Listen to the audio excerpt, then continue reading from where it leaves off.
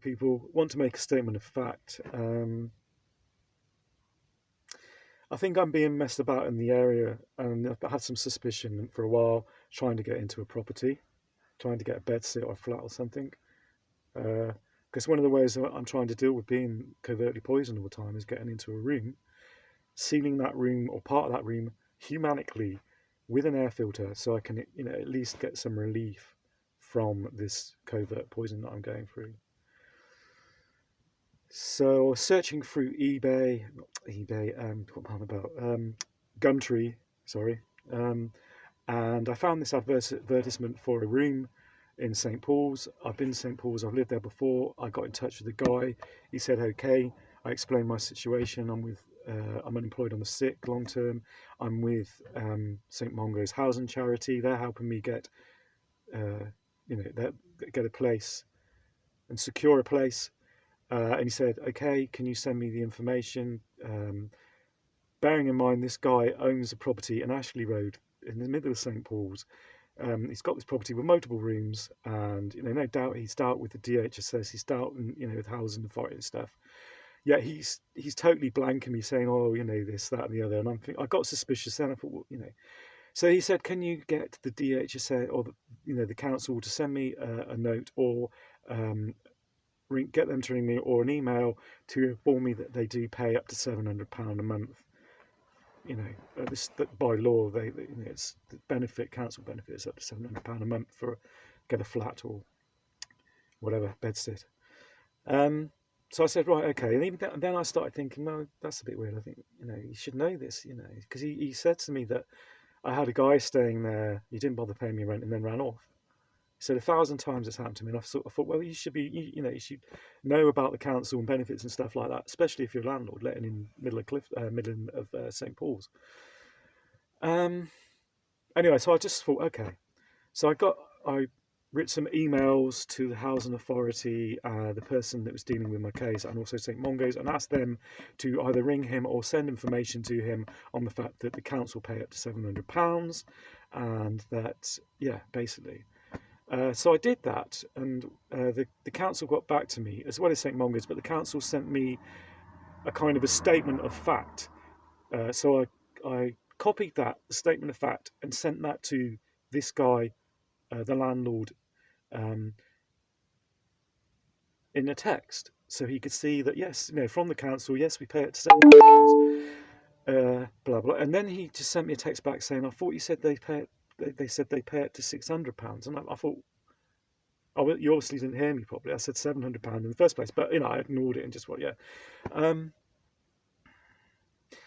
And before this, I had arranged to meet him yesterday, Thursday morning at 10 o'clock at the abode to sign the forms, get things sorted. He said, ring me yesterday morning to make sure. I rang him and he said, no, I can't make it because the missus has taken the car or something. He made some excuse. And I'd already arranged my day around him to go shopping, do shopping at Lidl. I have to pick up batteries and candle because I live in a camper van. I've got to keep, and I haven't got much fuel left. I'm halfway through my payment fortnight. So I had to organise it to meet him and get my shopping done at the same time. Otherwise, I'd run out of fuel trying to get back to Clifton Dam, which is where I'm staying at the moment. So so he said, no, 5 o'clock this evening. You have to ring me 5 o'clock this evening. And then I thought, hang on a second. What is this? You seem to be messing me about already, mate. And I've got that feeling already that, oh no, this covert, these people, this New World Order and stuff that are, they've got in there and they're messing me about already with this flat, And I knew they were doing this anyway. Any which way they can, they do, people. Trust me. If you're a targeted individual, forget it. They're there as soon as you're there, almost messing it up for you. Anyway, with those suspicions in mind, I got back in touch at 5 o'clock and was as polite as anything, saying, he sent me a text saying this, and I thought you said they pay it to £600. I don't know why he said that, because I already explained to him they pay it to £700. And he said, well, I did send you a text. Where were you? And I said, well, basically, I was working on the van because at the start, there's something wrong with the starter motor or something. I've just got a new battery, which cost me £70. And I had to spend that on the windscreen, but I couldn't be, just to get it ready for paperwork and stuff. So I said, I was working on the van.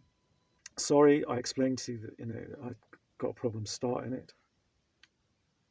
And he said, sorry, I should have rang you. I said, no, don't worry about it. And I kind of started having a conversation about, about the benefit and about, and I found it strange that a landlord, especially that lets property in the middle of St. Paul's, doesn't know about the legitimacy, not the, the you know, the information about benefits and stuff like that. And then I was getting a bit more suspicious. I thought, what's going on here? He's already cancelled, the meeting that I was supposed to have with him at 10 o'clock Thursday morning. That's messed up my shopping routine and saving fuel to do this and meet him at the same time. What's going on? So I sort of like said to him, look, I'm not messing you about. I really am trying, get an accommodation. I'm not going to rip you off. And as soon as I started saying that, he went, oh, he said, repeated my name and started getting a bit not nasty, but a bit, you know, saying my name twice, and I've got to get, and I'm thinking, well, why. So I went, okay, I'll get them to do this to send you more information about the benefit and stuff. And by which time I'd realised I managed to get some sleep, and I woke up and I thought, right, okay, this guy's messing me about. You know, he's already, I've already missed one meeting with him, and that's messed up my shopping trip to save diesel and stuff. I can't do it twice. He said, okay, meet me at 5. I thought, so I couldn't go and do any shopping, so I just had to eat what scraps I had in the food. 4 tea bags left, a sausage and a bit of potato. Um, so I could save the fuel to see him at 5 o'clock tomorrow and do my shopping. And I was lying here thinking, no, he's messing me about. He's already been rude. He's already missed one appointment. Something's not right here.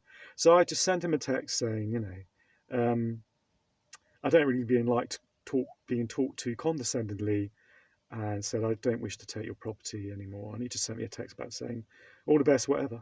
And that was it. And so they're messing me about trying to get a property because they just want to keep covertly poison me this way. So I just want to get that out there, people. It's not that I'm not trying to get off the road or anything. Yeah, keep fighting, yeah.